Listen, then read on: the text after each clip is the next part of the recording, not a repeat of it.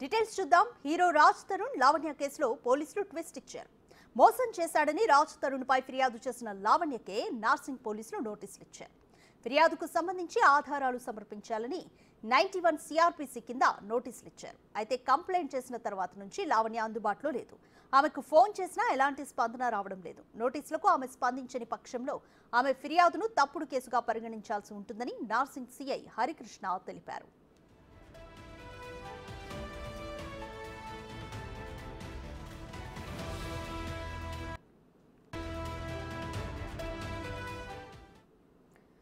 More details మా ప్రతినిధి రాణా ప్రతాప్ అందిస్తారు. రాణా ప్రతాప్, లావణ్య కేసును తాను స్పందించని పక్షంలో తన ఫిర్యాదును తప్పుడు కేసుగా పరిగణించాల్సి ఉంటుందని నార్సింగ్ సిఐ హరికృష్ణ తెలిపారు. ఇంకా ఏ అంశాలను బయటపెట్టారు? మొన్న డైరెక్ట్గా తను ఒకరిని పట్టుకొని వచ్చి నార్సింగ్ పోలీస్ స్టేషన్కి వచ్చింది. పోలీస్ స్టేషన్కి వచ్చిన తర్వాత డైరెక్ట్గా అక్కడ నుండి మహిళా కానిస్టేబుల్ దగ్గరికి వెళ్ళింది. అక్కడికి వెళ్ళి కంప్లైంట్ రాసింది. కంప్లైంట్ రాసి ఇచ్చేసి వెళ్ళిపోయింది. తర్వాత అక్నాలెడ్జ్మెంట్ లెటర్ కూడా తీసుకోకుండా ఆమె ఇక్కడి నుంచి వెళ్ళిపోయింది. ఏమైనా ఫర్దర్గా అంటే నాకు కాల్ చేయండి అని చెప్పేసి వెళ్ళిపోయింది. కానీ తర్వాత ఫోన్ చేస్తుంటే ఫోన్ పని చేయట్లేదు, ఆమె రెస్పాండ్ కావట్లేదు. కాకపోతే ఆమె ఇచ్చినటువంటి కంప్లైంట్స్లో నాకు థ్రెటనింగ్ ఉందంటూ కూడా దాంట్లో రాసింది. కాబట్టి దాంతోపాటు రాస్తారని నాకు కావాలని మాత్రమే దాంట్లో మెన్షన్ చేసింది. కాబట్టి ఇన్వెస్టిగేషన్ చేయాలన్నా కూడా, లేకపోతే మీరు ఈ యొక్క కంప్లైంట్ కాపీలో పొందుపరిచినటువంటి అంశాలు అలిగేషన్స్ కానీ అవన్నిటికీ ప్రాథమికంగా మీ దగ్గర ఉన్నటువంటి ఆధారాలు ఏమున్నాయనేసి కూడా మేము అడగడానికి ప్రయత్నించినప్పుడు కూడా ఆమె అయితే అందుబాటులోకి రాలేదు. సో ఈ నేపథ్యంలో ఇవాళ ఉదయం ఆమె ఉన్నటువంటి ఫ్లాట్కి మేము కానిస్టేబుల్ పంపించాం. కానిస్టేబుల్ పంపిస్తే అక్కడ కూడా కానిస్టేబుల్ని కలవడానికి ఆమె నిరాకరించి తర్వాత లోపలికి వెళ్ళి నోటీసులు సర్వ్ చేసి వచ్చినటువంటి పరిస్థితి. కాబట్టి నోటీసులు అయితే ఆమె తీసుకుంది, కానీ ఇప్పటి వరకు అయితే రిప్లై ఇవ్వలేదు. మొన్న కంప్లైంట్ ఇస్తే ఇప్పటి వరకు కూడా ఆమె కనీసం రిప్లై ఇవ్వటం లేదు, రెస్పాన్స్ అనేది లేదు అనేసి కూడా నార్సింగ్ పోలీసులు వారు చెప్తున్నటువంటి పరిస్థితి కనపడుతుంది. నిజంగానే ఆమె దీనికి సంబంధించి రాజ్ తరుణ్ పైన కానీ మాల్వి మల్హోత్రా పైన కానీ వాళ్ళ బ్రదర్ కానీ వీళ్ళందరూ కూడా బెదిరిస్తే ఆమె దగ్గర బట్టి వాట్సాప్ చాటింగ్లు కానీ, లేకపోతే ఏదైతే మీడియాలో కొన్నిటువంటి ఫొటోస్ కానీ, లేకపోతే కొన్ని ఆడియోలు కానీ, కొన్ని చాటింగ్లు కానీ అవన్నీ కూడా అక్కడ డిస్ప్లే అవుతున్నాయి. కానీ పోలీసులకు మాత్రం ఆ ఎవిడెన్స్ని ఇప్పటి వరకు ఆమె సమర్పించలేదు. సో సమర్పించకపోతే మేము ఎట్లా కేసుని రిజిస్టర్ చేసుకోవాలి, ఎట్లా ఎఫ్ఐఆర్ చేయాలనే దానిపై కూడా దర్యాప్తు చేయాలనే దానిపై కూడా వారు క్వశ్చన్ చేసినటువంటి నేపథ్యం ఏర్పడుతుంది. ఒకవేళ ఈ రేపటి వరకు కూడా మేము చూస్తే ఎటువంటి రెస్పాన్స్ లేకపోతే కోర్టు అనుమతి తీసుకొని ఈ కేసుని పూర్తిగా మేము క్లోజ్ చేసే అవకాశాలు ఎక్కువగా ఉన్నాయని ఇప్పుడు సూత్రప్రాయంగా నార్సింగ్ పోలీసులు వారు చెప్తున్నటువంటి నేపథ్యం. దాంతోపాటు కంప్లైంట్ కాపీలో కనీస సమయం డేట్ రాయలేదు, సమయం రాయలేదు.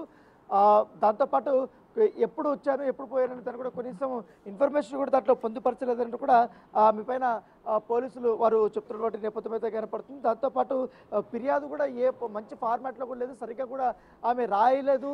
దాంట్లో ఎఫ్ఐఆర్ కాపీలో చాలా క్లియర్గా ఉంటుంది. అంటే ఫిర్యాదు ఎవరైనా చేయాలనుకుంటే దాంట్లో కొన్ని నియమ నిబంధనలు ఉంటాయి, కనీసం వాటిని చూసుకొని ఎట్లా ఫిర్యాదు చేయాలి ఏంటి అనే దాన్ని కూడా కొన్ని ఉంటాయి. కాబట్టి వాటిని కూడా చూసుకోకుండా ఆమె ఎలా పడితే అలా రాసి వెళ్ళిపోయింది అనేసి కూడా వారు చెప్తున్నటువంటి నేపథ్యం కాబట్టి దాదాపు 4 పేజీల ఫిర్యాదులు ఎక్కువగా రిపీటెడ్ రాసింది తప్ప కొత్త విషయాలు ఎక్కడ కూడా ప్రస్తావించలేదంటూ కూడా వారు ఆఫ్ ది రికార్డు చెప్తున్నటువంటి నేపథ్యం కనపడుతుంది.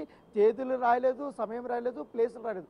ఎక్కడైతే ఈమెను థ్రెటనింగ్ చేశారో, ఎక్కడైతే ఆమెను వేధించారని చెప్తున్నారో, ఎక్కడైతే రాజ్ తరుణ్తో ఆమె లివింగ్ రిలేషన్షిప్లో ఉంది, దాదాపు అతను పెళ్లి చేసుకోకుండా ముఖం చాటేశారని చెప్తున్నారు. ఆ ప్లేస్ కూడా కనీసం ఆమె రాయలేదంటూ కూడా రాయడం జరిగింది. దాంతోపాటు లావణ్య నోటీసులకి ఇప్పటి వరకు మేము స్పందించి ఫోన్లు చేస్తాం, అన్నీ చేసినప్పుడు ఇప్పటి వరకు ఆమె రెస్పాన్స్ ఇవ్వలేదు. కాబట్టి ఖచ్చితంగా నెక్స్ట్ ఏం చేయాలనే దానిపై కూడా లీగల్ ఒపీనియన్ తీసుకొని కోర్టు అనుమతితో ఈ కేసుని మేము మూసివేస్తాం. ఒకవేళ ఆమె కానీ వస్తే మాత్రం ఖచ్చితంగా ఆమె దగ్గర ఉన్నటువంటి ఎవిడెన్స్ అంతా కూడా పరిశీలించిన తర్వాత పరిశీలించి ఆమె నిజంగానే ఆమె ఆరోపణలు నిజమని తెలిసిన తర్వాత కోర్టు అనుమతితో కంపల్సరీ కూడా మేము ఎఫ్ఐఆర్ నమోదు చేస్తాం. నమోదు చేసిన తర్వాత కావాలనుకుంటే రాజ్ తరుణ్ని మేము పిలిపిస్తాము. అయితే ఆమెకి ఎవరితో భయం ఉందో, ఎవరెవరితో థ్రెటనింగ్ ఉందో, ఎవరైతే ఆమెను బెదిరించారో, ఎవరైతే ఆమెను మోసం చేస్తారో వాళ్ళందరినీ కూడా మేము పిలిపిస్తాం. ఇప్పటివరకైతే మస్తాన్కి సంబంధించిన విషయంలో మాకు ఎప్పటివరకు క్లారిటీ లేదు.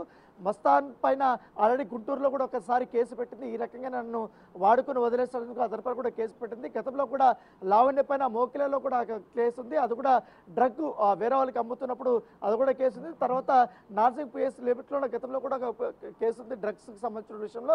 దాంట్లోనే ఆమె చెంచల్ కూడా జైలుకి కూడా వెళ్ళేసి వచ్చి ఇప్పుడు రాజ్ తరుణ్ పైన కేసు పెట్టారనేసి కూడా పోలీసులు చెప్తున్న నేపథ్యం అయితే కనపడుతుంది. సో ఈ పరిణామాలతో కూడా రాజ్ తరుణ్ తన న్యాయ నిపుణులతో కూడా ఆయన మాట్లాడుతున్నాడు. ఎందుకంటే ఇప్పటికే తనకు చాలా వరకు కూడా పరువు నష్టం జరిగిందనేసి కూడా అతను కూడా ఫీల్ అవుతున్నాడు. దాంతోపాటు తను ఉన్నటువంటి ఫ్లాట్ ఏదైతే ఇప్పటి వరకు ఖాళీ చేయట్లేదు అనేది కూడా తన వర్షన్.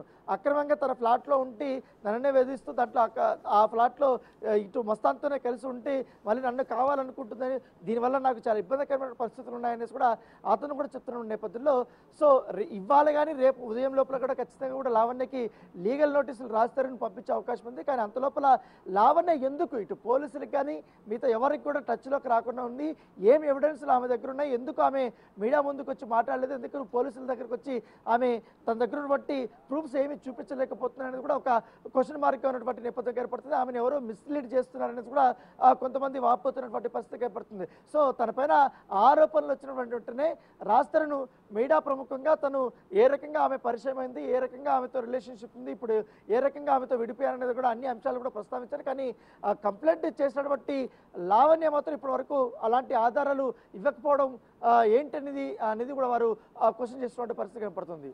Thank you Rana.